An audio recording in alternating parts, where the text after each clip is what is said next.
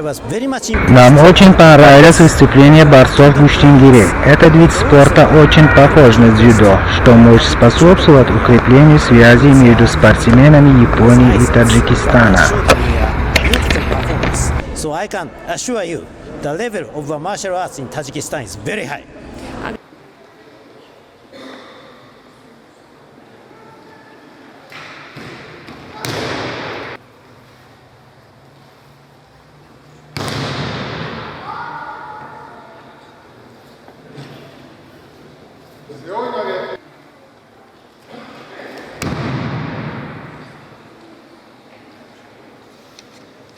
Judo